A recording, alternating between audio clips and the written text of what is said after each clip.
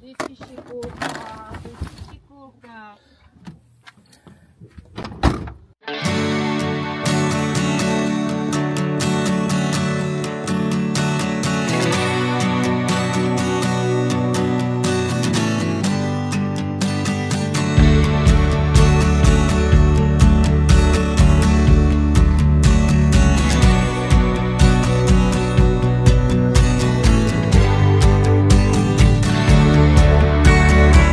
Ahoj, tak vás zdravíme zase po roce při našem dalším cestování. Rok utek, je září a my tady máme další putováníčko. Já vím, že po roce jeden díl je docela málo, ale děláme to jenom, když máme na to náladu a když nás to baví.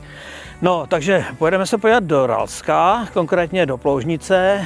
Tam na ty paneláky je tam ještě pár paneláků, které jsou opuštěný, ale postupně se to dává dohromady. Mluvil jsem tam i s jedním stavitelem, který to tam má na starosti a do 2 let by tam neměl být snad žádný, který bude opuštěný, takže si tam projdeme zase takovým tím bordelem, nebo vlastně tohle natáčím, když už jsme tam byli.